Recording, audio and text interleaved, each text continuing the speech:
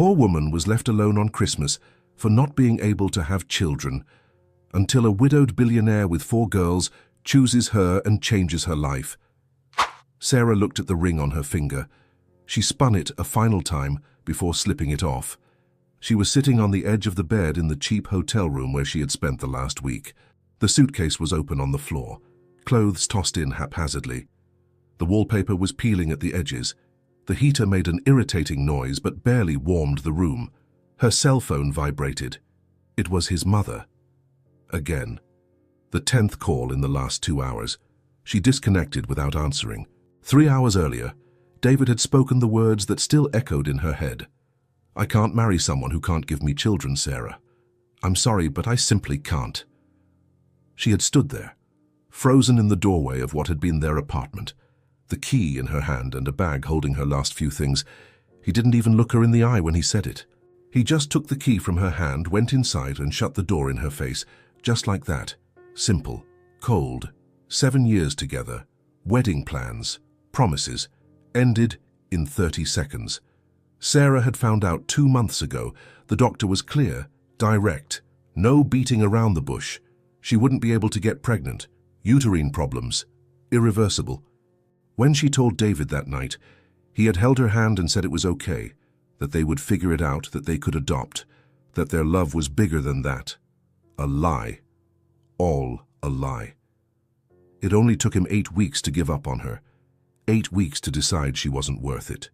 His mother had started making comments 3 weeks later. "Oh, but what about the grandchildren I wanted? David always wanted a big family." Sarah saw it in her eyes. She had never been good enough anyway. And David, he became increasingly distant. Went out with friends, came home late, barely spoke. Until today, Christmas Eve, when he simply said it was over. "So you understand, right?" he had said, as if he were being reasonable. "I've always wanted to be a father, to have my own children. I can't give that up." As if she were a bad job, he was quitting. As if 7 years meant nothing. Now it was Christmas Eve, and Sarah had nowhere to go. The hotel was too expensive for more than a week. Her family lived far away, and she didn't have the courage to call and say she had been thrown out. Their mutual friends had already chosen his side. She was utterly alone. Sarah grabbed her purse, put on the thin coat she had, and walked out of the room. She paid the bill with the last credit cards that still worked and stepped out onto the street. The cold hit her face immediately. It was a biting cold, the kind that hurts your bones. She pulled her coat tighter, but it didn't help. The streets of Manhattan were packed. Entire families walked hand in hand, laughing, taking pictures in front of the decorated storefronts. There was a choir singing in front of a church. The scent of hot chocolate and roasted chestnuts hung in the air. Christmas lights on every lamppost, in every store. Sarah walked aimlessly. She just walked. She passed clothing shops, crowded restaurants, and decorated squares. Everyone had a place to go. Everyone had someone waiting, except her. An hour later, her legs ached, and she couldn't take it anymore. She sat down on a park bench in Central Park, near a giant tree brightly lit with golden fairy lights. A family was taking photos in front of it. A couple was kissing on the other side. Children ran around, screaming with joy. And there she was, alone, invisible. Sarah put her head in her hands and let the tears fall. She couldn't hold them back anymore. She cried quietly, trying not to make a sound, but she sobbed a few times. No one cared. No one saw. Until a thin, clear voice caught her attention. "Daddy, why is she all alone on Christmas?" Sarah looked up, quickly wiping her tears. A little blonde girl, with huge blue eyes and rosy cheeks from the cold, looked at her with innocent curiosity. She must have been about 6 or 7. She wore a red beanie with a white pom-pom on her head. Beside the girl, a tall man held the hands of 3 other girls, all blonde, with light eyes. 2 looked like twins, very small, with matching scarves. The other must have been about 5 and looked at Sarah with her head tilted. The man looked at Sarah. His face was tired, with deep circles under his eyes, but his eyes were kind. He wore an expensive, well-cut coat. The girls were all well-dressed. "Sophie, don't bother the lady," he said quietly, but the girl didn't move. "But Daddy, she's crying." Sarah wiped her face again, embarrassed. "I'm sorry," she murmured, her voice shaky. "I just... sorry." The man hesitated. He looked at his daughters, then at Sarah, then back at his daughters. Then he let go of their hands and took a few steps towards her. "Are you okay?" he asked, his voice low but genuine. Sarah gave a bitter, humorless laugh. "I'm great, couldn't be better. Merry Christmas, right?" He was silent for a few seconds, just looking at her. Sarah noticed that he didn't look well either.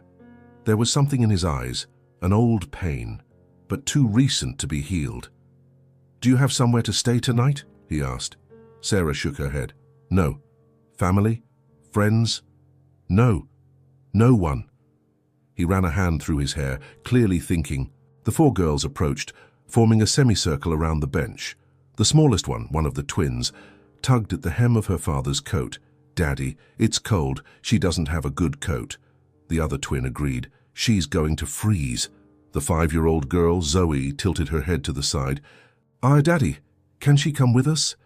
The man looked at his daughter, then at Sarah, then back at the four girls. They stared at him with those bright eyes full of expectation. Sarah saw the exact moment he made the decision. Something changed in his face. A calm determination. He bent down, getting to her level, and spoke in a low but firm voice. "You need a home." He turned to the girls and completed. "And they need a mommy." Sarah's eyes widened. Her heart pounded. "What? I don't understand." "It's not a marriage proposal," he explained quickly. "Far from it. It's an offer. You clearly have nowhere to go tonight. I have a house that's too big, and 4 daughters I can barely take care of alone since my wife died. You stay tonight. Sleep in a decent room. Eat something warm. Tomorrow, we'll figure out the rest." Sarah looked at the girls. They were smiling. Sophie, the oldest, had already held out her small hand. "I'm Sophie," she said, all excited. "This is Zoe, and these are Emma and Emily. They're twins, but you can tell them apart because Emma has a mole on her neck." Emma, or Emily, nodded shyly. The other hid behind her father. Sarah felt her throat tighten. She had just lost everything because she couldn't have children. She was discarded, thrown away, considered defective, and now a stranger was offering a chance. "I don't even know your name," she whispered. "Matthew," he replied, holding out his hand. "Matthew Harrington, and you." Sarah Coleman. Sarah." He kept his hand outstretched. "Come with us, please." She looked at his hand, then at the cold bench where she was sitting, then at the crowded streets full of happy people she didn't know. She took a deep breath and accepted his hand. The house wasn't a house. It was a genuine mansion in the Hamptons. Sarah stood at the gate, speechless. The car had passed through an automatic gate, driven up a long tree-lined driveway, until it stopped in front of a massive 3-story structure with white columns and huge windows. "My God," she whispered. Matthew got out of the car and helped the girls out. They ran to the door, already accustomed to it.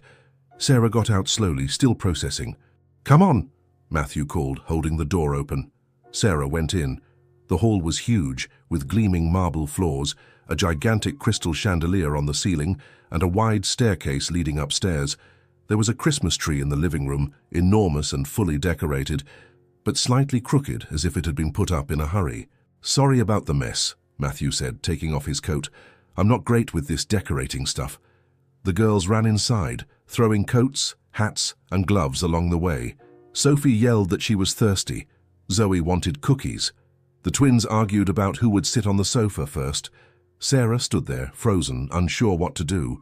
"Please, come in," Matthew said with a tired half-smile. "Seriously, make yourself at home." She walked in slowly, looking at everything. The house was beautiful, impeccable, clearly expensive, but there was something strange about it. It seemed empty. It had expensive furniture, but it lacked life, it lacked warmth. "You must be hungry," Matthew said, heading toward the kitchen. "I'll try to make something." "I can help," Sarah offered quickly. He stopped and looked at her, surprised. "You don't have to." "I know, but I want to help. Please." They went to the kitchen together. It was huge, modern, with a center island and state-of-the-art appliances. Matthew started taking things out of the refrigerator in a somewhat lost manner, clearly unsure where to start. Sarah watched for a few seconds, then gently took control. "Let me do it," she said, with a small smile. "You sit down. You look exhausted." Matthew was about to protest, but the girls invaded the kitchen at that moment, all talking at once. "Sarah, do you like dolls? I have 200. Sarah, do you know how to braid hair? No one here knows how. Sarah, how old are you? Sarah, are you sleeping here?" Sarah laughed, a genuine light sound that she hadn't let out in days. Slow down, one at a time, okay?" She started cooking while answering. Sophie showed drawings she had made at school. Zoe told a confusing story about a unicorn and a dragon. Emma and Emily tugged at the hem of her shirt, asking for attention. Matthew sat on a stool and just watched. It had been months since his daughters had been like this. Excited, smiling, talking non-stop. Since his wife died 6 months ago, the house had become a quiet, heavy place. The girls cried a lot at first. Then they became quiet. He didn't know how to handle any of it. He hired nannies, but none stayed longer than 2 weeks. But with Sarah, they were different children. When dinner was ready, simple spaghetti with sauce and cheese, everyone sat down at the large dining room table. And it was pleasant. The girls ate and talked. Sarah served, adjusted napkins, cut the twins' food into small pieces, and gently wiped dirty mouths. Matthew was silent most of the time, but watched every detail. It had been a long time since a dinner in that house had felt this way. Dinners were tense, quick and functional after his wife got sick. After she left, everyone ate in silence and went to their own corners. But tonight was different. There was laughter, there was conversation, there was life. After dinner, Sarah started clearing the plates. Matthew went to help, but she signaled for him to sit down. "I'll do this. You rest."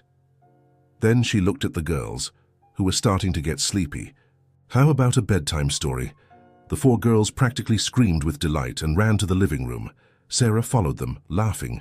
Matthew stayed behind, but then went to the living room doorway and stopped there, leaning on the frame, observing. Sarah was sitting on the plush rug, legs crossed, with a children's book on her lap, a story about a princess and a dragon, and read with different voices for each character. A deep voice for the dragon, a thin voice for the princess. The girls were mesmerized. Emma and Emily started dozing off halfway through the story, leaning on each other. Zoe yawned every 2 sentences. Sophie struggled to keep her eyes open. When Sarah finished reading, she slowly closed the book and looked at each of them with affection. "Bedtime, girls," she said quietly. She leaned in and kissed each one on the forehead, a simple, natural gesture, full of affection. "Sleep tight, my loves." The girls stumbled up the stairs, sleepy but with smiles on their faces. Matthew went up with them, tucked each one into bed, covered them up, and gave a goodnight kiss. When he came down, he found Sarah in the kitchen, washing dishes at the sink. "You don't have to do that," he said from the doorway. "I know, but I want to help. You've already done so much for me today." He walked into the kitchen and stood there, not quite knowing what to say. "Thank you," he finally said, "for coming, for accepting, for everything.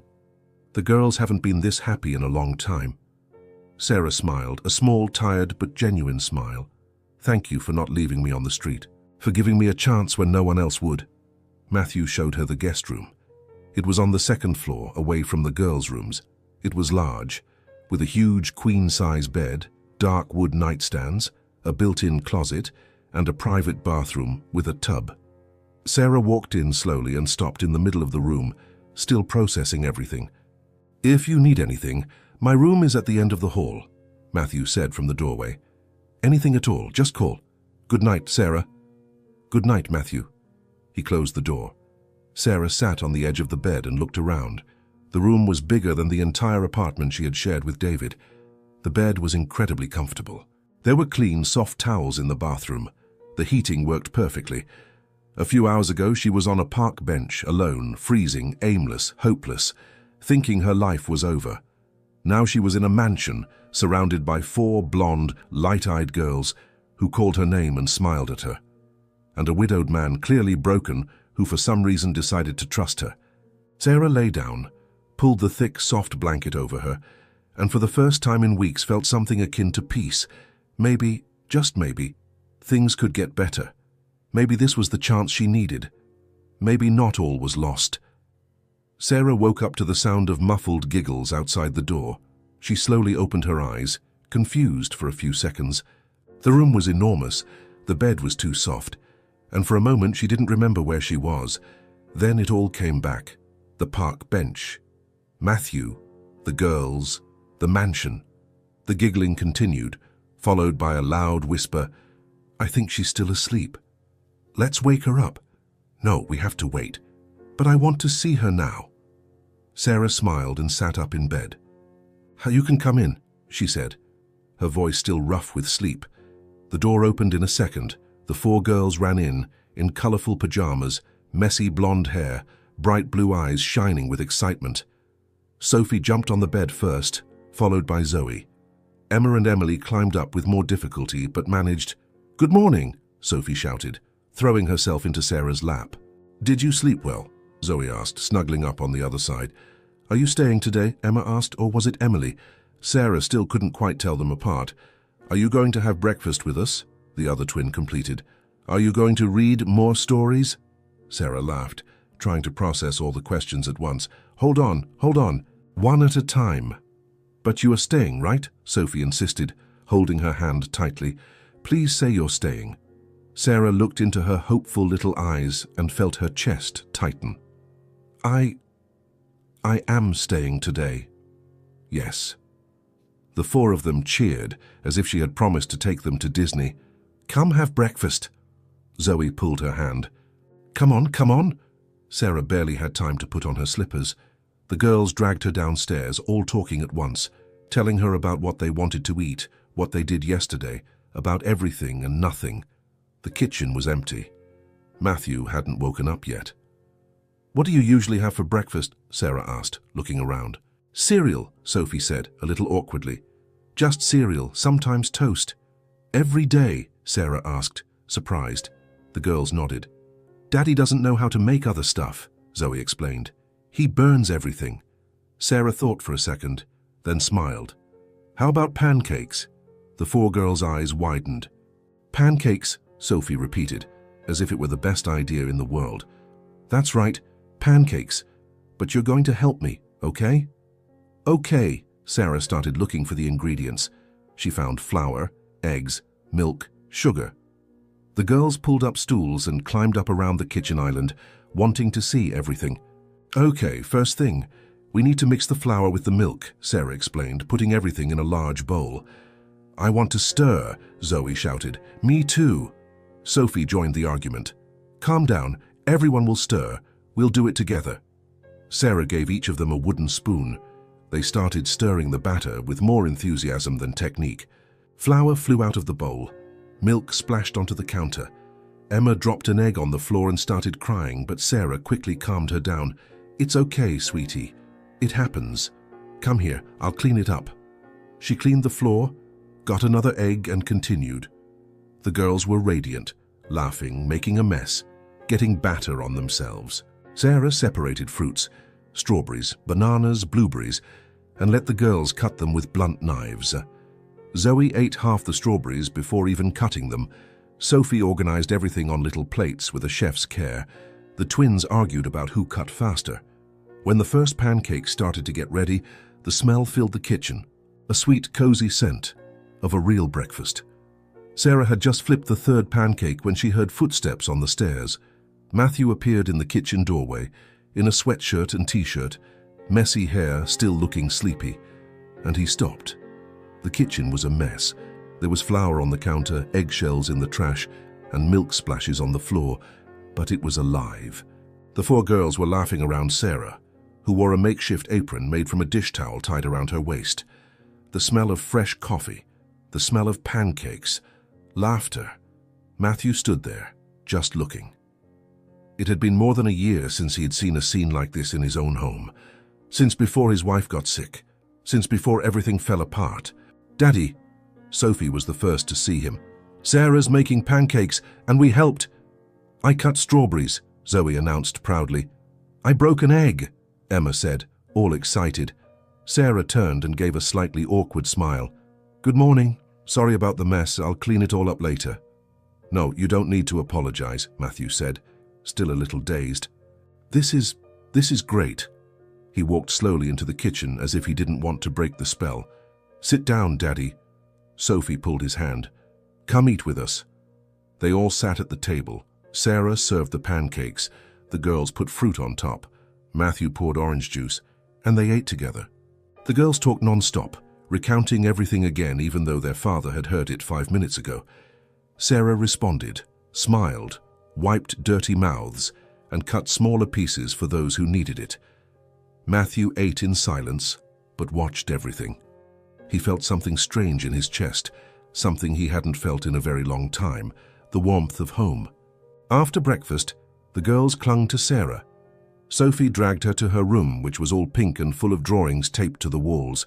She showed each one, explaining in detail who was who, what was happening, why she had used that color. This is Daddy, she pointed to a drawing of a tall man with dark hair, and this is me, Zoe, Emma, and Emily. But someone is missing. Who? Sarah asked, curious. Sophie looked at her with those huge blue eyes.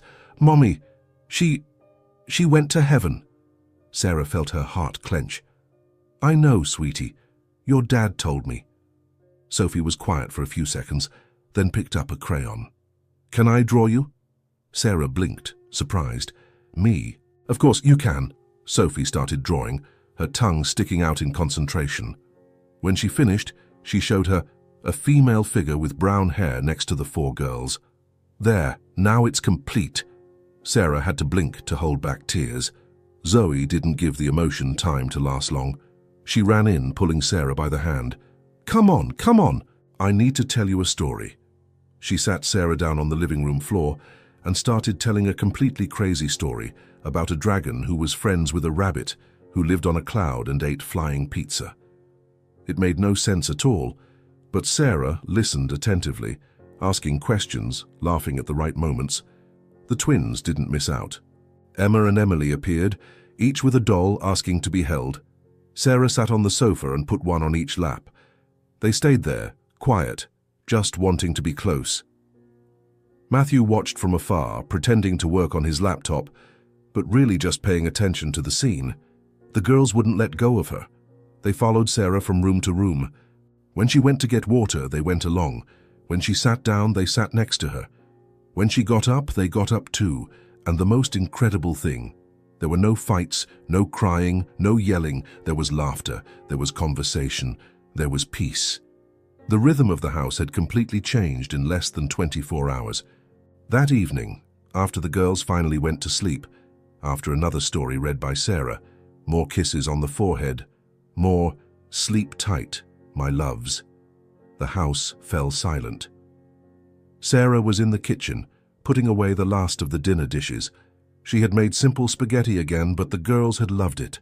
She heard her own footsteps on the marble floor, the sound of the tap water, the distant sound of the wind outside, until she heard other footsteps.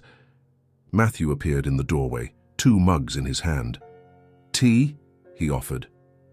Sarah looked at him, surprised, then smiled.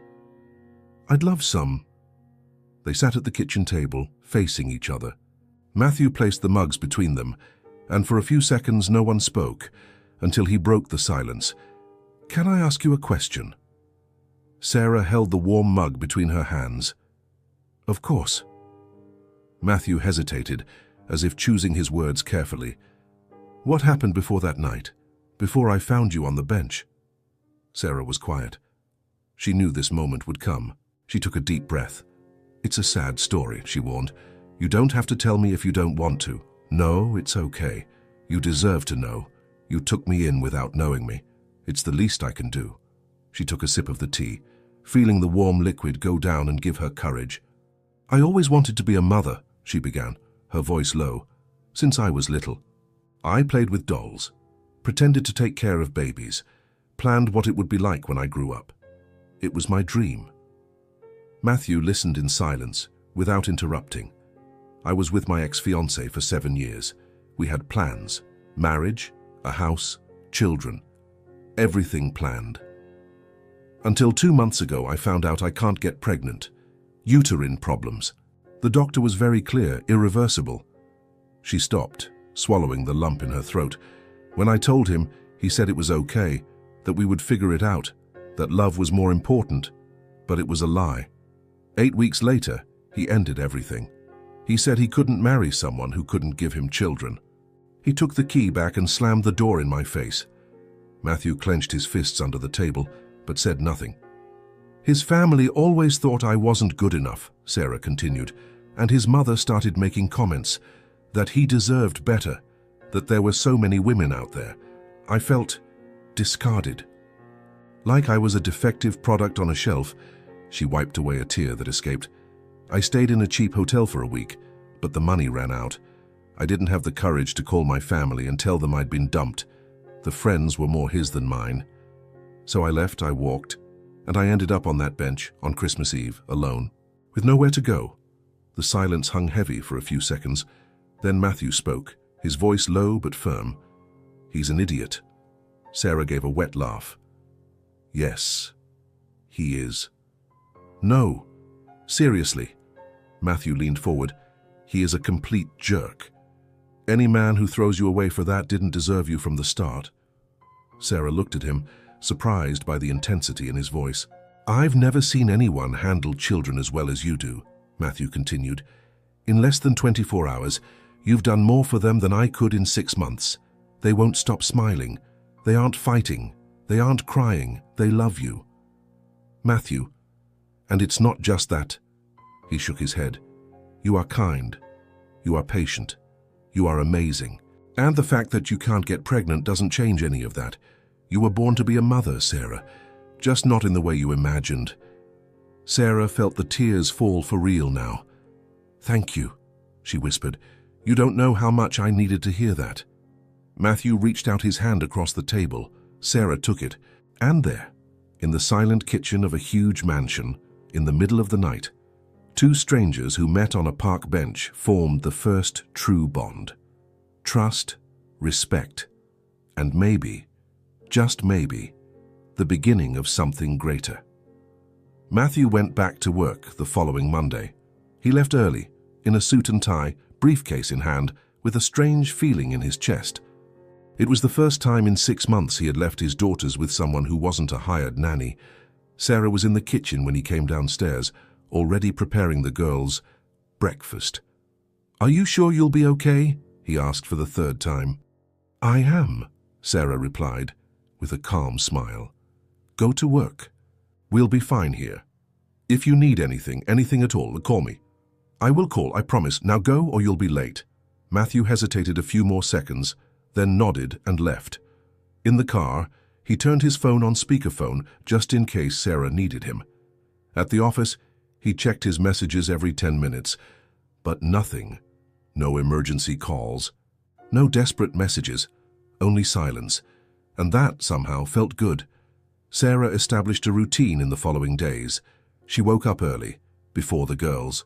She prepared breakfast: pancakes, scrambled eggs, toast with jam, nothing too elaborate, but made with care. When the girls came down, the table was already set.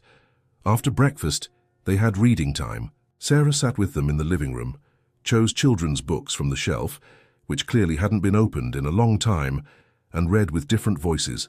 The girls loved it. Then came a small chore: putting away toys, organizing drawings, folding towels, simple things, but they made the girls feel useful, important. In the afternoon, playtime. In the garden when it wasn't too cold, inside when it was. Dolls, drawings, made-up stories. Zoe led the crazy games. Sophie organized everything. The twins laughed and ran after the others. And then, nap time. Sarah discovered that if she put all 4 down for an hour after lunch, they were less cranky at night. So she created a ritual. A short story, low lights, soft blankets, and they would sleep. The house had a rhythm now, a structure, a flow. And Matthew noticed the difference when he came home. The girls were happy, calm. They didn't come running and screaming like before. They came smiling, telling him about their day, wanting to show him what they had done. It was different. It was better. On Thursday of that week, Matthew decided to come home early. He didn't have a specific reason. He finished his meetings ahead of schedule and simply decided to go home. He wanted to see how things were. He wanted to see his daughters. He wanted to see Sarah. He parked in the garage and entered through the kitchen door, without making a sound. The house was silent, but it wasn't that heavy, suffocating silence that existed before. It wasn't the silence of an empty, sad, lifeless house. It was a silence of peace.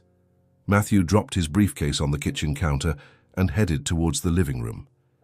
He heard a low, soft voice talking about an enchanted forest. He stopped at the doorway, and the scene in front of him made him forget to breathe for a few seconds. Sarah was sitting on the sofa, cross-legged, with a book open on her lap. The light was low, only the Christmas tree was blinking in the corner, casting a soft golden glow throughout the room. Emma was sleeping deeply on her left arm, her little blonde head resting on Sarah's shoulder, her mouth slightly open. Emily was sleeping on her right arm, in the same position, like a mirror image of her sister.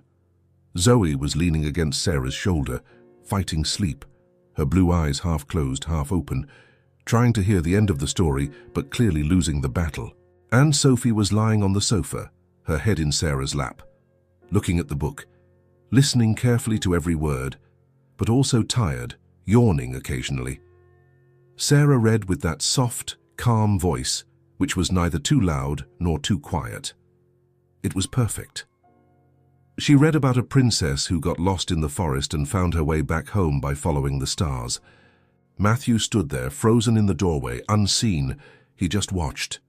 Sarah turned the page carefully, trying not to wake Emma and Emily. Zoe finally gave up the fight and closed her eyes, her body relaxing against Sarah. Sophie yawned again, but kept listening. The whole scene was perfect. There was no other word. It was simply perfect. The four blonde, light-eyed girls, his greatest treasures, his greatest responsibilities, his greatest joys, were there, peaceful, safe, happy, in the arms of a woman he had known for less than a week. And Sarah? She held the four of them carefully, as if they were made of glass, as if they were precious, as if they were hers. Matthew felt something strange happen in his chest. It wasn't just gratitude. It wasn't just relief at finding someone who took good care of his daughters. It was admiration. Deep, genuine admiration for this woman who had appeared out of nowhere, broken and alone, and yet had so much love to give, so much affection, so much patience. He had spent 6 months trying to do what she made look so natural, trying to be both father and mother, trying to fill the void his wife had left, and failing so badly that the girls had shut down, become sad, distant. But Sarah, in less than a week, she had brought life back into that house, and it wasn't just because of the help. It wasn't just because she cooked and cleaned and organized. It was because of the heart she had, a heart that had been broken, discarded, thrown away as if it were worthless, and yet she chose to love. She chose to care. She chose to give all of herself to 4 girls she barely knew. Matthew swallowed hard, feeling his eyes sting. Sarah finished the story, closed the book slowly, and looked at the 4 girls. Sophie had finally fallen asleep too. All 4 were sleeping. She stayed there, just holding them, without moving, not wanting to wake them up. Matthew knew he should say something, make some noise, announce that he had arrived. But he couldn't. He just kept watching for a few more seconds, until Sarah turned her head and saw him. Her eyes widened in surprise, and she opened her mouth to speak, but Matthew raised his finger to his lips, signaling silence. He walked slowly into the room, stepping carefully not to make noise on the wooden floor. "Do you want help?" he whispered. Sarah nodded, grateful. Matthew gently picked up Emma, taking her off Sarah's arm. The girl didn't even stir. She continued to sleep deeply. He took her to her room, put her in bed, and covered her up. He came back and picked up Emily. Same thing. Then Zoe. Sophie was the last. She grumbled a little when Matthew picked her up, but quickly fell back asleep. When he came back down, Sarah was stretching on the sofa, moving her arms carefully. "How long were you like that?" Matthew asked, still whispering even without the girls around. "An hour, more or less," Sarah replied, laughing quietly. "They fell asleep in the middle of the story, and I didn't want to wake them up. You should have called me. I would have come home earlier to help. It's okay, I enjoyed it. It's comforting, you know, holding them like that." Matthew sat on the sofa beside her, still processing everything. "Thank you," he said after a while. "For what?" "For everything. For taking care of them like this. For being you." Sarah smiled, a small but sincere smile. "I'm the one who should be thanking you. You saved me, remember? I'd be on the street if it wasn't for you." "No," Matthew shook his head. "You saved us. I just gave you a place to stay. You brought life back into this house." Sarah was quiet, unsure what to say. They sat there, side by side, in silence, for a few minutes. It wasn't an uncomfortable silence, it was just peace. That night, after the girls had dinner and went to sleep again, with another story, more kisses on the forehead, more sleep tight, my loves, Matthew called Sarah into the kitchen. He was nervous. He paced back and forth, ran his hand through his hair, couldn't sit still. "Is everything all right?" Sarah asked, worried. "Yes. No. I need to tell you something." "What is it? Did something happen?" Matthew stopped pacing and looked at her. I don't know how to be a father properly." Sarah blinked, surprised. "What? Matthew, you... No, seriously." He shook his head. "I don't know.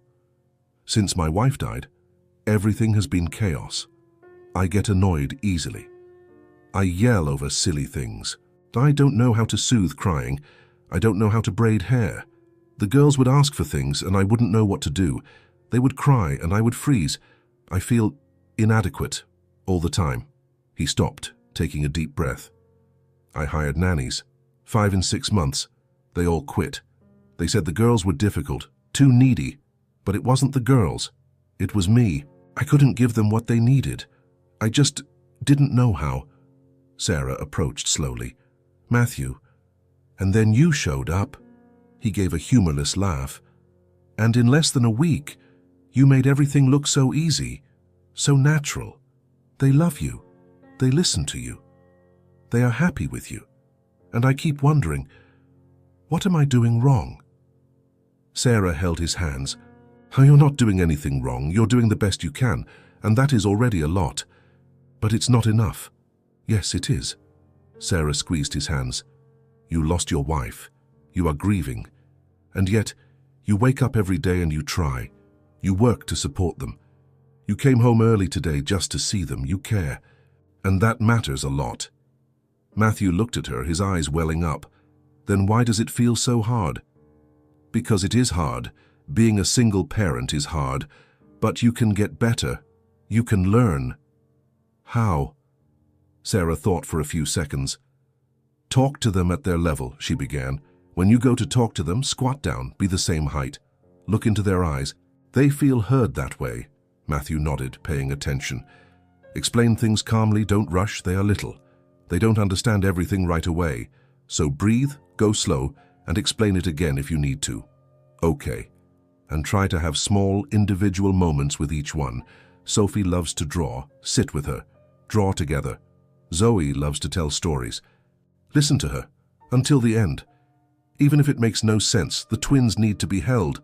So pick them up, hug them, put them on your lap and just be there." Matthew absorbed every word. "And use touch," Sarah continued. "A hug, a hand on their head, a kiss on their forehead. It calms them. It comforts them. It shows them you're there, that you care." "I can do that," Matthew said, more to himself than to her. "I will do that." "You will. I know you will." He looked at her, grateful. "Thank you, Sarah. Truly. No need to thank me. I want to help." In the following days, Matthew applied everything Sarah had told him. On Saturday morning, instead of staying in his home office working, he came downstairs and sat on the living room floor with Emma and Emily. They were playing with building blocks. "Can I play with you?" he asked. The two looked at him, surprised, then smiled and nodded yes. Matthew sat down and started building a tower. The twins laughed every time the tower fell. He pretended to be mad, but he was actually loving it. Later, Zoe came running to him. "Daddy, Daddy, I need to tell you something." Matthew stopped what he was doing, squatted down to her level, and looked her in the eye. "What is it, sweetie?" Zoe told a crazy story about an elephant who lived on a cloud and ate pizza. It made no sense at all, but Matthew listened to the whole thing. To the end, he asked questions. He laughed at the right moments, and Zoe ran off, jumping with happiness. In the afternoon, Sophie appeared with a drawing pad. "Daddy, can you draw with me?" "Sure." Matthew sat next to her at the table. "What are we going to draw?" "A family." Sophie drew the 4 sisters. Then she drew her dad. And then, carefully, she drew Sarah next to them. Matthew looked at the drawing and felt his chest clench. "It's beautiful, Sophie." "It's our family," she said, smiling. When Sarah saw the scene from the kitchen, Matthew sitting with Sophie, drawing together, laughing, talking, she smiled. The girls were starting to get close to their father again. And Matthew, he was learning. Slowly, but learning. And for the first time in months, he felt that maybe, just maybe, he could be the father his daughters deserved. The storm began around 7 o'clock that evening. Matthew had just arrived home, still in his suit, his tie loosened. Sarah was finishing serving dinner, a vegetable soup the girls had helped make earlier. The wind battered the windows fiercely. The trees in the garden swayed violently. "Daddy, it's loud outside," Sophie said, looking at the window with wide blue eyes. "It's just wind, sweetie. It's okay," Matthew replied, sitting down at the table. Thunder boomed, loud, strong. Emma started crying. Emily held her sister's hand, also frightened. Hey, it's okay," Sarah quickly approached, picking up both of them. "It's just noise, it won't hurt you." They ate dinner quickly, with the sound of the rain hitting the roof harder and harder. The thunder came at shorter intervals. The girls got more nervous with each one. Sarah tried to distract them with conversation, but even Zoe, who normally talked non-stop, was quiet, looking at the ceiling as if it were about to collapse. Then it happened. The lights flickered, once, twice, and went out completely. The house plunged into total darkness, and chaos began. Emma screamed. Emily started sobbing. Sophie ran and clung to her father's leg. Zoe froze in place, her eyes wide, trying to see something. "Daddy," Sophie cried, "I can't see anything. I'm scared," Zoe screamed. Matthew stood up, trying to find his phone in his pocket to use the flashlight, but his hands were shaking. He didn't know where to start. All 4 girls were crying at the same time. "Matthew, stay with them," Sarah said, her voice firm but calm. "I'll get flashlights." She used her phone to light the way and ran out. Matthew stayed there, with Sophie clinging to his leg, trying to calm the other 3, but his own voice came out shaky. Sarah returned in less than 2 minutes with 3 large flashlights. She turned them all on, and the yellowish light filled the kitchen. "There, look, there's light," she said, smiling at the girls. "See? We don't have to be afraid of the dark." But the girls continued to cry, frightened. Sarah looked at Matthew, who looked as lost as his daughters. She took a deep breath and had an idea. "Girls," she called, with enthusiasm in her voice, "who here has ever slept in a campout?" The girls stopped crying for a few seconds, confused. "Campout," Sophie repeated, sniffling. "That's right, an indoor campout, with a tent, magical lights, and everything." "But it's dark," Zoe said, still scared. "Exactly." Sarah squatted down to their level. "We're going on an adventure. We'll build a giant tent in the living room, light candles like a campfire, and tell stories. It will be fun." The twins stopped crying, curious. "With blankets?" Emma asked. "With lots of blankets. As many as you want." Sophie wiped her tears. "And stories?" "All the stories you want." Zoe finally smiled. "Can it be a dragon story?" "It can be any story you want." Matthew looked at Sarah, impressed. In 2 minutes, she had turned the girls' fear into excitement. "Matthew, can you get the sheets upstairs?" Sarah asked. "As many as you can." And bring pillows too. Got it." He grabbed a flashlight and ran upstairs. Sarah guided the girls to the living room. She placed the flashlights in strategic spots. She lit thick candles, the emergency kind, and placed them on the mantelpiece, away from the children. "Look how beautiful," she said, pointing. "It looks like a campfire."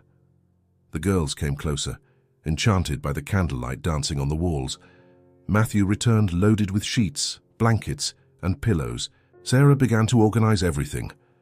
"We're going to build the tent here," she said, pointing to the space between the sofa and the armchairs. "Matthew, hold this corner." They worked together. They tied sheets to the back of the sofa, stretched them to the armchairs, creating a roof. They put cushions underneath to support it. In 10 minutes, they had a makeshift eco but perfect tent. "Now for the magic part," Sarah said, grabbing 2 flashlights. She placed each flashlight inside a thin cloth bag, the kind used for storing clothes, and hung them inside the tent.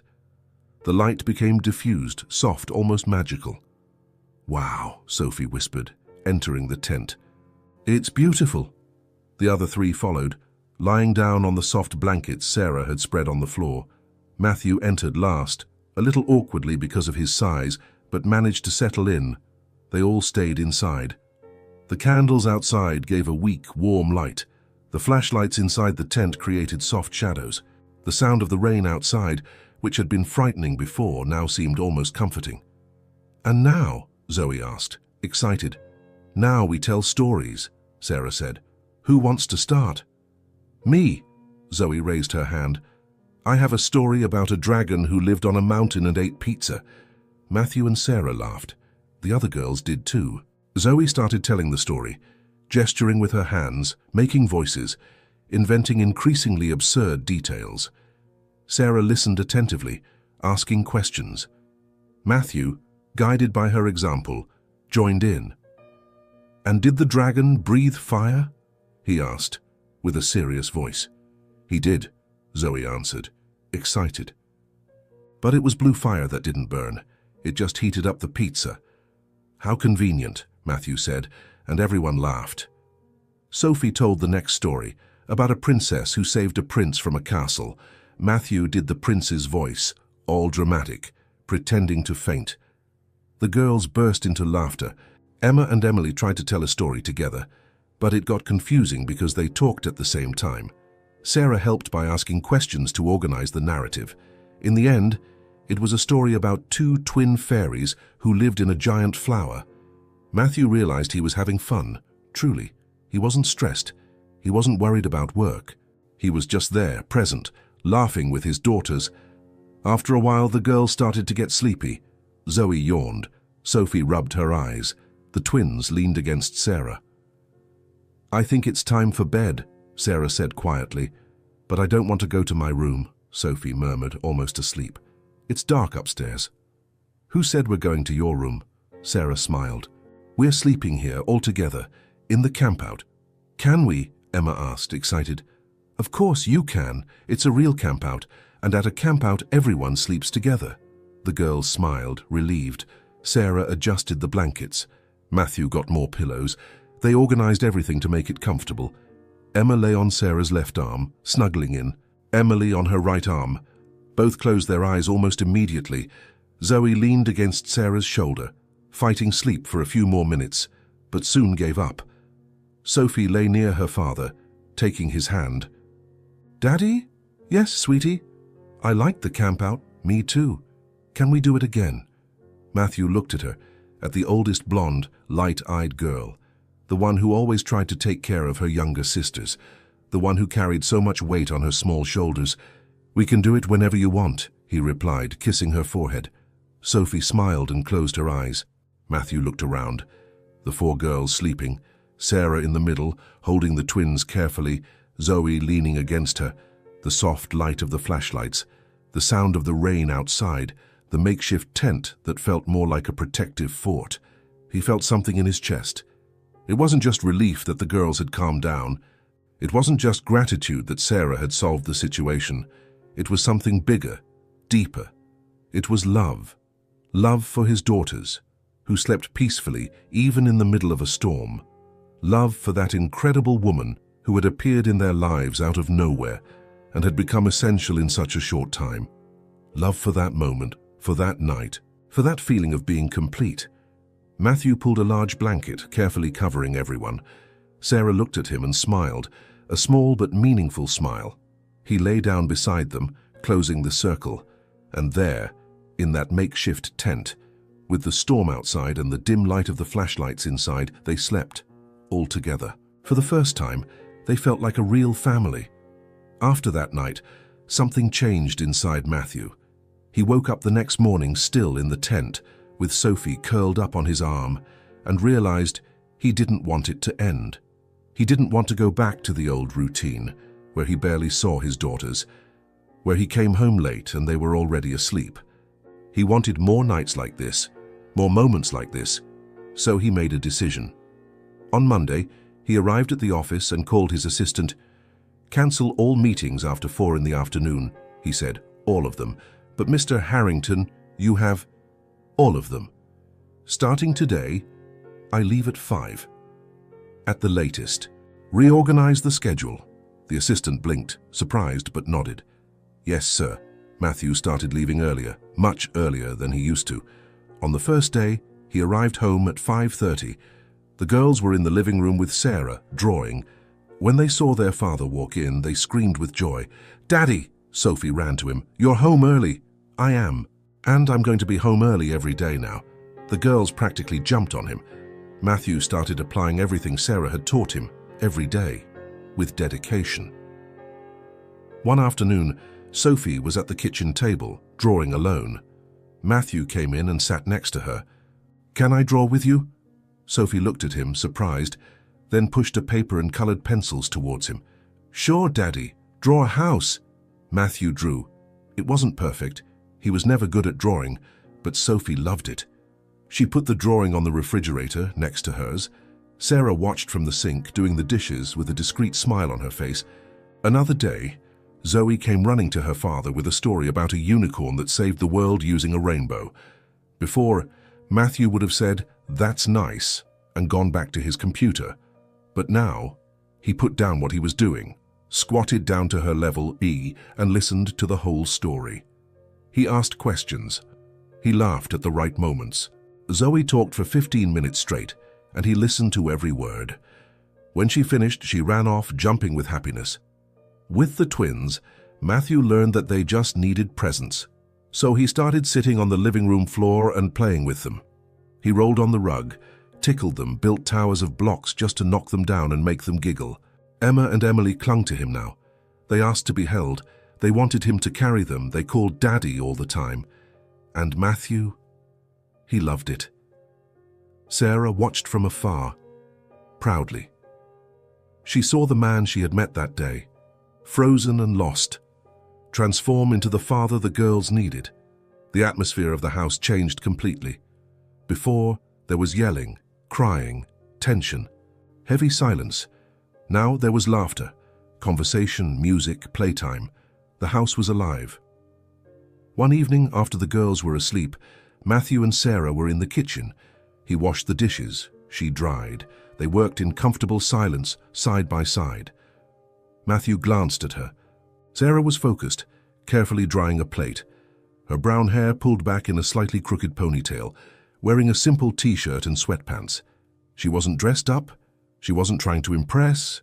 She was just her. And he thought she was beautiful. Sarah felt his gaze and turned. "What is it?" she asked, smiling. "Nothing. Just thank you." "Stop thanking me," she said, laughing. "You've thanked me like 20 times this week. It's because I'm so grateful. You changed everything here. You changed too. Look at you now. The girls adore you. They always did. I was the one who didn't know how to show that I loved them back." Sarah put the dry plate aside and looked at him, seriously. "You always loved them, Matthew. You were just lost, and now you found yourself." They stood there, looking at each other, for a few seconds longer than they should have. There was something in the air, something neither of them dared to name yet. Matthew looked away first, returning to the dishes, but his heart was beating faster. Sarah did the same, grabbing another plate, but she felt her cheeks warm up. It happened other times too. When Matthew came home from work and Sarah was playing with the girls in the living room, they exchanged long glances. When they all ate dinner together, and their hands accidentally brushed while reaching for the same napkin. When Matthew walked through the kitchen and caught her perfume, a simple scent but one that stuck in his memory. When Sarah saw him laughing with his daughters, truly being a father, and felt her chest tighten in a way she couldn't explain. Neither of them talked about it. Neither of them brought up the subject, but it was there. Growing, developing, becoming increasingly impossible to ignore. And meanwhile, the girls continued to be happy. The house continued to be full of life, and slowly, without realizing it, they were becoming what they were always meant to be, a family. Matthew was acting strange all evening. Sarah noticed during dinner. He barely touched his food. He answered the girls in monosyllables. He looked at a fixed point on the wall, lost in thoughts that clearly troubled him. "Daddy, are you okay?" Sophie asked, tilting her head. "I am, sweetie. Just tired." But Sarah knew it wasn't just tiredness. There was something heavy in the air, something he was carrying and couldn't let go of. After dinner, she put the girls to bed, read the usual story, gave kisses on the forehead, tucked each one in with affection. When she came downstairs, she expected to find Matthew in his office or his room, but he was in the living room, sitting on the sofa, facing the fireplace. The fire crackled low, casting dancing shadows on the walls. All the other lights in the house were off. Only the fireplace illuminated the room. His elbows were resting on his knees, his hands clasped together, his head bowed. Sarah stopped at the door, hesitant. "Matthew." He lifted his head, and even in the dim light, she saw that his eyes were red. Can you sit with me?" he asked, his voice rough. "I need to tell you something." Sarah's heart clenched. She walked in slowly and sat next to him on the sofa, keeping a respectful distance. "What happened?" Matthew didn't answer immediately. He stared at the fire, his jaw tense, his hands clasped together. The silence stretched. A minute. 2. Sarah waited. She didn't rush him. She just stayed there, until he finally spoke. "There's something I've never told anyone," he began, his voice low, almost a whisper. "Something I carry every day, and I need to get it off my chest." Sarah turned towards him, attentive. "You can tell me. I'm here." Matthew took a deep, shaky breath. "Right after my wife died." He started, but his voice broke. He stopped, swallowed hard, and tried again. "Right after I panicked. It wasn't just sadness, it was terror. Terror of not being able to take care of the girls alone." He ran a hand over his face, rubbing his eyes. Sophie was 6, Zoe 4. The twins had just turned 2. They were so small, and I didn't know how to do anything. I didn't know how to change diapers properly. I didn't know how to cook food they liked. I didn't know how to brush their hair. I didn't know anything. Sarah listened in silence, her heart heavy.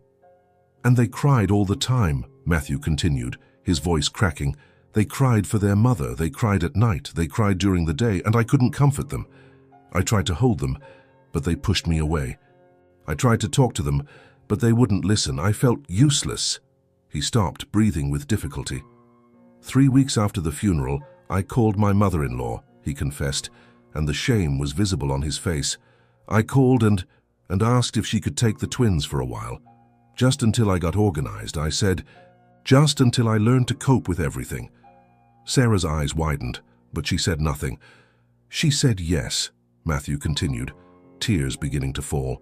"She said she could pick them up the next day, and I almost let her. I really almost did." He sobbed, covering his face with his hands. "I went to their room that night. They were sleeping. Emma was hugging her teddy bear. Emily was sucking her thumb. And I stood there looking at them, thinking that I was going to send my daughters away because I wasn't capable of taking care of them." Tears were falling freely now. Matthew was crying, truly crying, for the first time in front of her. His whole body trembled. "The next day, I called my mother-in-law and said I had changed my mind, that I would manage. But the truth, I didn't manage. I hired nannies. I fled to work. I let other people take care of them because I couldn't. He finally looked at Sarah, his face wet with tears, his eyes full of pain. I thought I wouldn't be a good father, he said, his voice shaking. I thought I would ruin their lives, that they would be better off away from me, and I never told anyone this. No one knows I almost gave up on them. Sarah felt her own tears come. She reached out her hands and held his hands, firmly, squeezing tightly. "Matthew, look at me," she pleaded. He obeyed, his red eyes meeting hers. "You were desperate," she said, her voice firm but full of affection. "You had just lost your wife. You were alone, scared, not knowing what to do. Thinking of asking for help doesn't make you a bad man. It makes you human." "But I was going to send them away." "But you didn't," Sarah interrupted. "You thought about it. You considered it. But when it came down to it, you chose to stay with them. You chose to try, and that matters." Matthew shook his head, the tears still falling. "I failed them.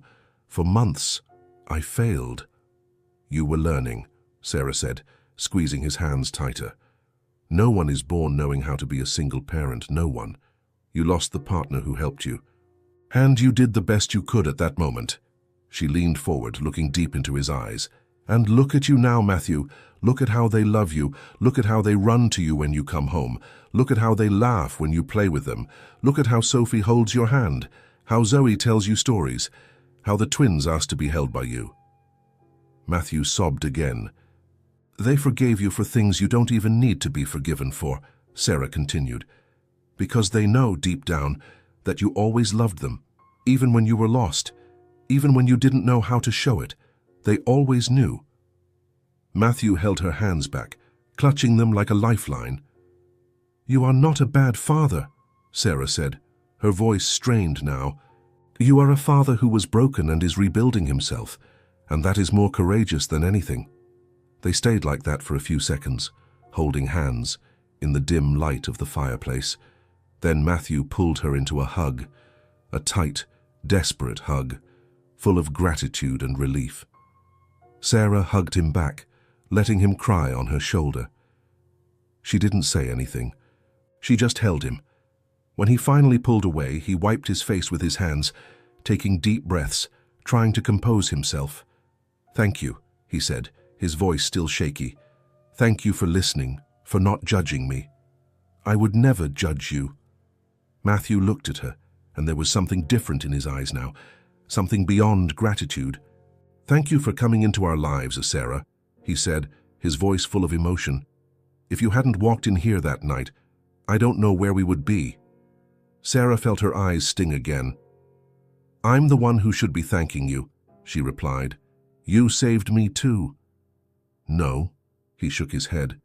"You saved us. You brought life back into this house.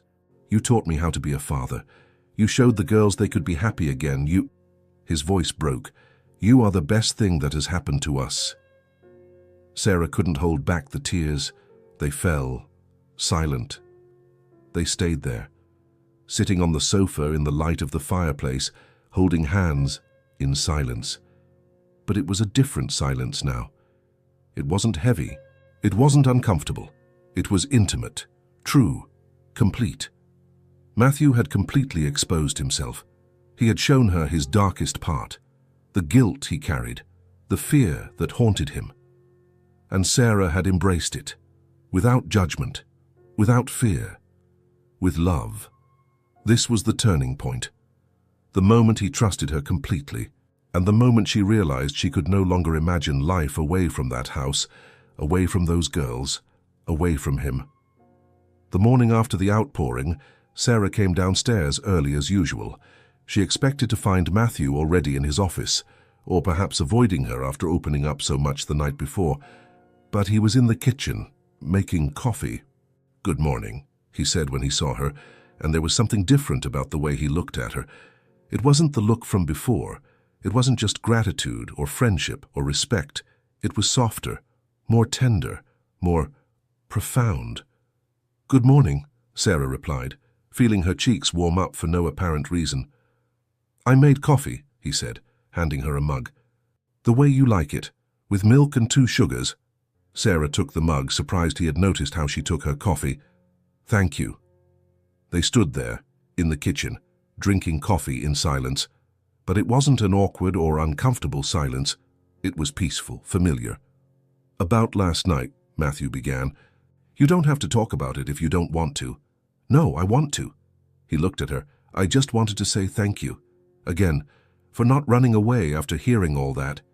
Sarah smiled. I'm not going to run away, Matthew. I know. He smiled back, a small but genuine smile. And that means a lot to me. The girls came downstairs at that moment, breaking the moment, but the look they exchanged before turning to them said everything. Something had changed. In the following days, the change became even more evident. Matthew started looking for excuses to be near Sarah, even when the girls weren't around. At night, after dinner, when he used to go straight to his office, now he stayed in the kitchen. He washed the dishes with her. He dried the plates. He put away the pots. And they talked. Sophie wants to learn ballet, Sarah commented, handing him a wet plate. Ballet, Matthew repeated, surprised. She never mentioned it. She told me today she saw some girls dancing on TV and was enchanted. Matthew smiled. Then we'll put her in ballet. Seriously? Of course. If she wants it, we'll make it happen. He put the plate in the cupboard. Thank you for telling me. Before, I wouldn't even know these things. Sarah wiped her hands on the dishcloth. You know now because you're present. You ask, you listen. It makes all the difference. Matthew looked at her, and the way he looked made her heart beat faster. You taught me how to do that, he said quietly. Sarah looked away, embarrassed, but smiling. Another day, they were tidying up the living room after the girls had played all afternoon. There were toys scattered everywhere, cushions on the floor, drawings on the table. How do they manage to make such a mess in so little time? Matthew asked, laughing, picking up a doll from under the sofa. It's a talent, Sarah replied, gathering building blocks in a box. They must practice when we're not looking. Matthew laughed harder. He picked up a cushion from the floor and threw it back onto the sofa. He missed. The cushion fell on the other side. Sarah laughed. You're terrible at throwing. Hey, it was the wind. What wind? We're indoors. The invisible wind, the one that only acts against me.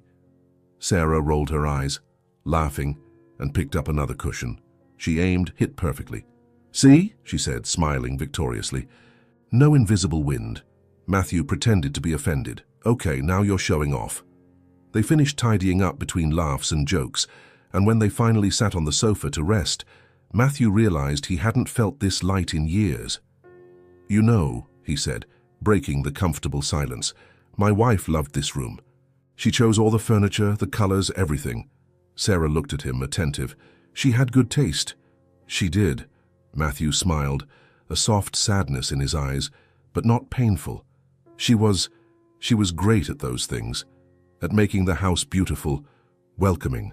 I was always a bit lost with decorating. You manage well. Only because she left everything ready. He looked around. Sometimes I look at this room and remember her sitting there, reading a book, or playing with the girls on the rug, and it hurts. But it's a different kind of pain now. It's no longer that paralyzing pain. It's just longing. Sarah gently held his hand. She seemed like an incredible person. Matthew squeezed her hand back. She would have liked you. Sarah felt her eyes sting. Really? I'm sure of it. She would look at you with the girls and she would smile. She would thank you. He looked at Sarah. I know she's thanking you, wherever she is. They stayed like that, holding hands, in silence.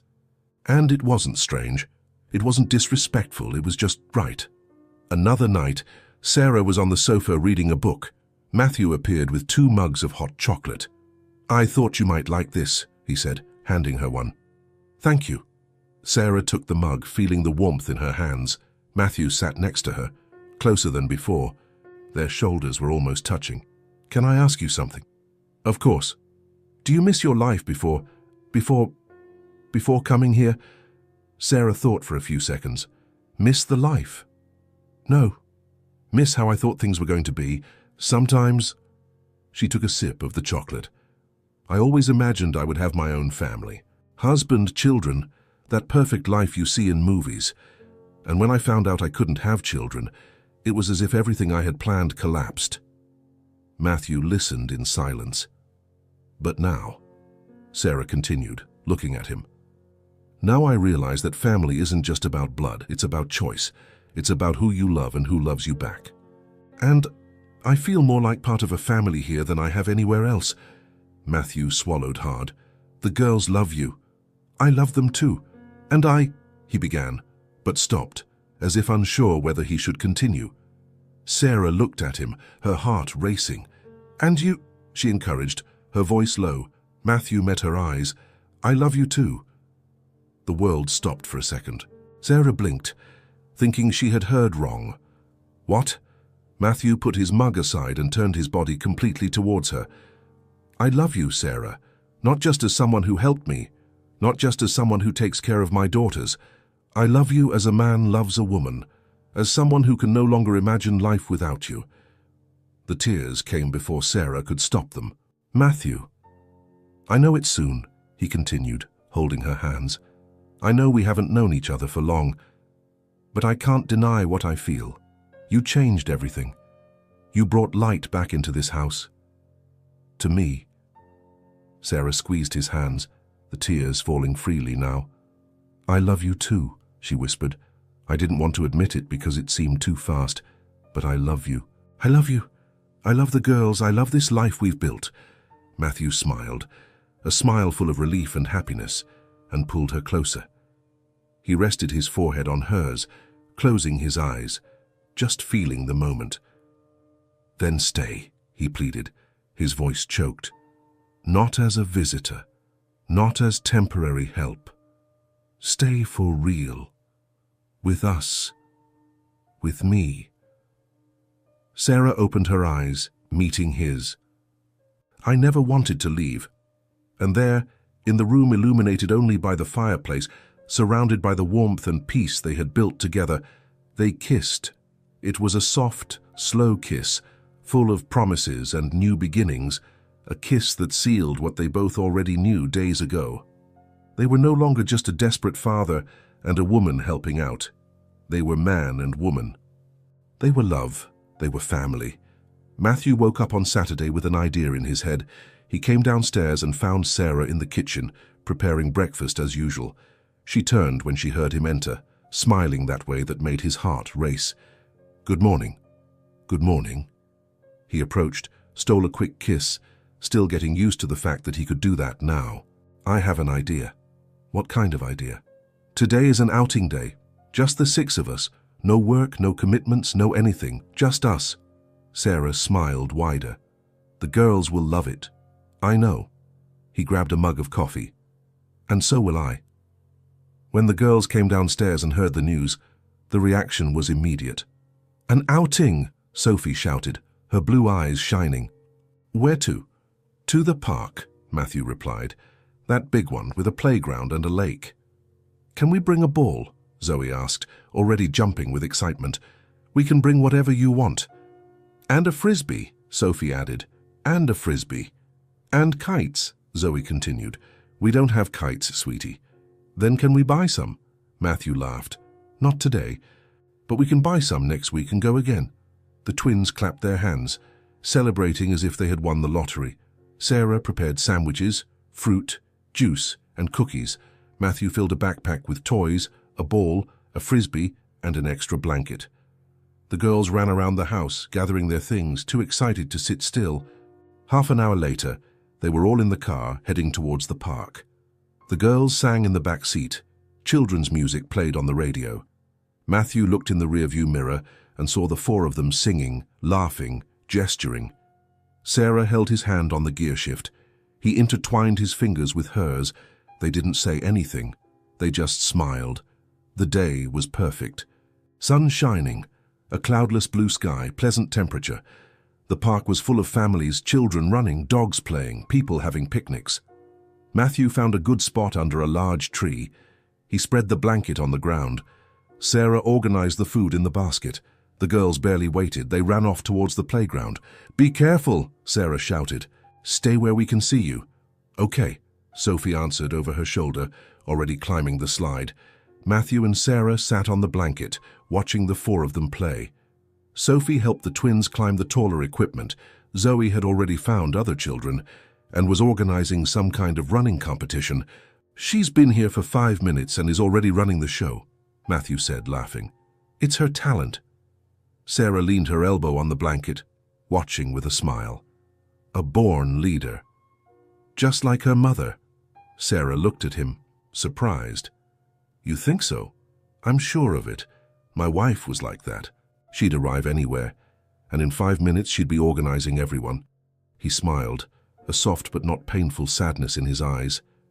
Zoe gets that from her. Sarah squeezed his hand, and Matthew squeezed back. After a while at the playground, the girls came running back, sweaty and hungry. They sat on the blanket and devoured the sandwiches, fruit and cookies, drinking juice as if they hadn't eaten in days. Slow down, Sarah said, laughing.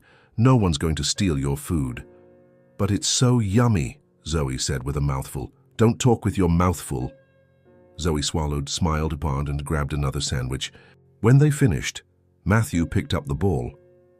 Who wants to play? Me, they all shouted at once. They went to an open space on the lawn. Matthew and Sarah stood at opposite ends, the girls in the middle. They kicked the ball back and forth, trying to catch it, missing, falling on the grass, laughing. Sarah dribbled past Sophie and shot, goal. The girls cheered as if it were the World Cup. That's not fair, Matthew protested, feigning indignation. You have an unfair advantage. What advantage? You're younger. Sarah rolled her eyes, laughing. You're 35, not 80. I feel 80 after running after these four all day. The girls laughed. Zoe grabbed the ball and kicked it back. Matthew defended, caught it in the air and posed like a hero. They played for almost an hour, until Sophie threw herself onto the grass, dramatically. I'm dying. You're 7 years old, Matthew said, laughing. How can you be dying? I ran too much. My feet are falling off. Zoe lay down next to her, equally dramatic. Mine too. I think I'll need new feet. The twins went to the playground again, but only to play in the sand. Matthew and Sarah returned to the blanket. They sat side by side, watching the four of them. The silence was comfortable, only the sound of children playing around them, birds singing and a gentle breeze. Until Matthew took a deep breath. I didn't think I would love another woman after my wife. Sarah froze. Her heart raced. She slowly turned to look at him, but Matthew continued to look at his daughters. When she died, I thought I died too, he continued, his voice low but firm. Not physically, but inside.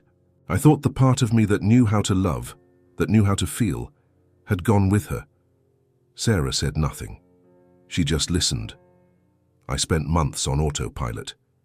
Woke up, went to work, came home, slept. The girls were there, but I wasn't present.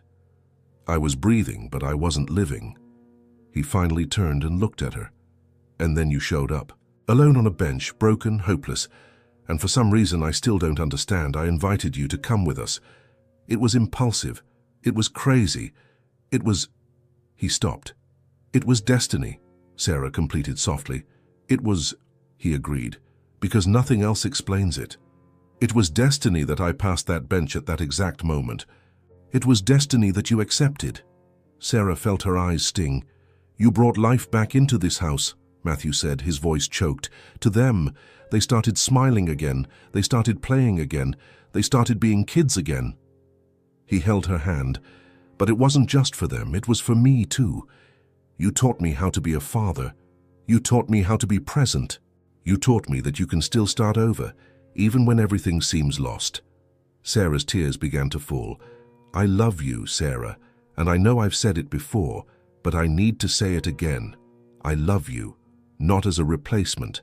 I love you for who you are, for the incredible woman you are. And I can no longer imagine my life without you.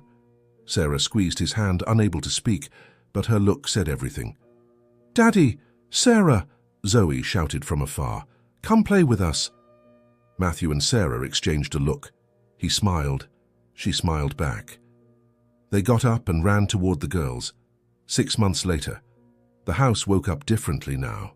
It wasn't the heavy silence from before, it was the sound of life. Matthew came downstairs at 7 in the morning and found Sarah already in the kitchen making pancakes. The sweet smell filled the house.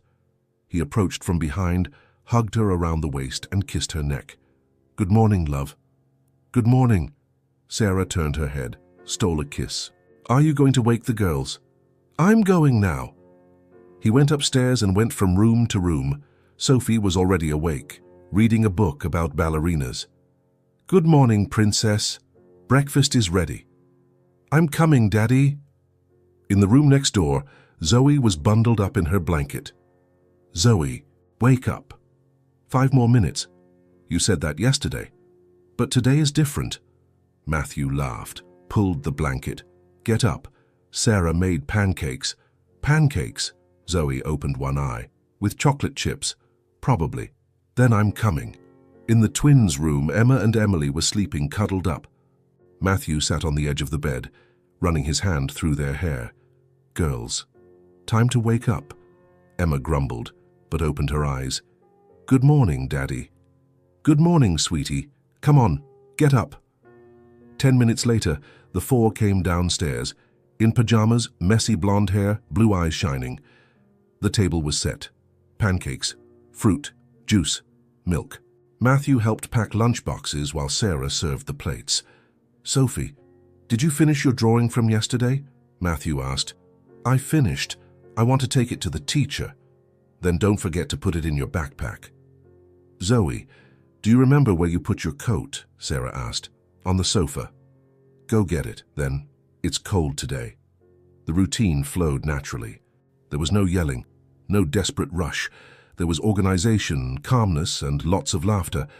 The twins fought over the last heart-shaped pancake, but Matthew quickly resolved it by cutting it in half. "There, half for each of you." Emma and Emily accepted, satisfied. When they were all finished, they went upstairs to brush their teeth and change clothes. Matthew helped the twins with their shoes. Sarah braided Sophie's hair. At 8 o'clock, they were leaving the house. Matthew drove the girls to school. That afternoon, Matthew arrived home early. He had reorganized everything to be present. The afternoons were sacred. They were for the girls. "Daddy," Sophie ran to him. "Can you help me with my homework?" "Of course, sweetie." 5 minutes later, he was sitting at the table with Sophie, looking at her math notebook. "Let's do it together," he explained patiently. Sophie tried, made mistakes, tried again. He didn't get annoyed. He just encouraged her. "That's it. You got it." Sophie jumped out of her chair to hug him. Zoe appeared out of nowhere. "Daddy, do you know what happened today?" Matthew closed the notebook and turned to her. "What?" "We had to draw our family, and I drew you, Sarah, me, Sophie, Emma, and Emily, and the teacher put it on the wall." Matthew felt his chest clench. "That's awesome, Zoe. I'm so proud of you." Zoe ran off, jumping with happiness. Sarah watched from the kitchen. The man she had met months ago, frozen, cold, and lost, was a different person now. Light, present, truly being a father. That night, the twins came up to Matthew. "Hold us, Daddy." He picked up both of them, one in each arm. "Let's go upstairs, time for bed." He went up the stairs making an airplane sound. The girls laughed. He put each one in bed, covered them up and kissed their foreheads. "Good night, Emma, I love you." "I love you, Daddy." "Good night, Emily. I love you." "I love you, Daddy." He came downstairs and found Sarah on the sofa with Sophie and Zoe. "What movie tonight?" Matthew asked. "Moana," Zoe shouted. "Again." "But I love it." "Okay." Sarah went to get the twins. She came back down with one in each hand. They settled onto the sofa. The twins climbed onto Sarah's lap. Zoe curled up next to Matthew. Sophie sat on the other side. The movie started. The girls sang along. Matthew did the characters, voices. Sarah laughed. At one point, Matthew looked around. The 4 girls were there, happy, safe, loved. Sarah was next to him, holding the twins with affection. He looked at her over the tops of the blonde heads. Sarah felt his gaze and turned, and they exchanged a smile that said everything. It worked. We did it. This is our family. Matthew leaned in and kissed Emma's forehead. I didn't know how to be a father, he whispered, but you taught me. Sarah heard him. She reached out her hand. Matthew took it. And you 5 are everything I need, he completed. Sarah squeezed his hand, her voice choked. And you are everything I ever dreamed of. The girls continued watching the movie, completely wrapped in the love that surrounded them. The movie ended. The girls went upstairs, more kisses, more good night, more I love you. When Matthew and Sarah came back down, the house was silent. But it was that good silence, of peace, of home. They stayed in the living room, hugging on the sofa, enjoying the moment. Outside, the street was dark, but inside that house everything shone. Lights on, warmth, life, love in every room. A house that months ago was cold and empty, now radiated love. A father who didn't know how to be a father was now the best father his daughters could have. A woman who had been discarded for not being able to bear children was now a mother to 4 beautiful girls who loved her unconditionally. 4 girls who had lost their mother too soon but gained another. Different but equally special, and altogether they formed something none of them expected to find but all desperately needed. A family. Not by blood, not by planning, but by choice, by love, by destiny. And as the house rested that night, lit and warm, the 6 people inside knew a simple but profound truth. They had each other, and that was all they needed. If this story touched your heart, subscribe to the channel and turn on notifications so you don't miss the next ones. Leave a like because it helps this story get recommended to more people. See you in the next story.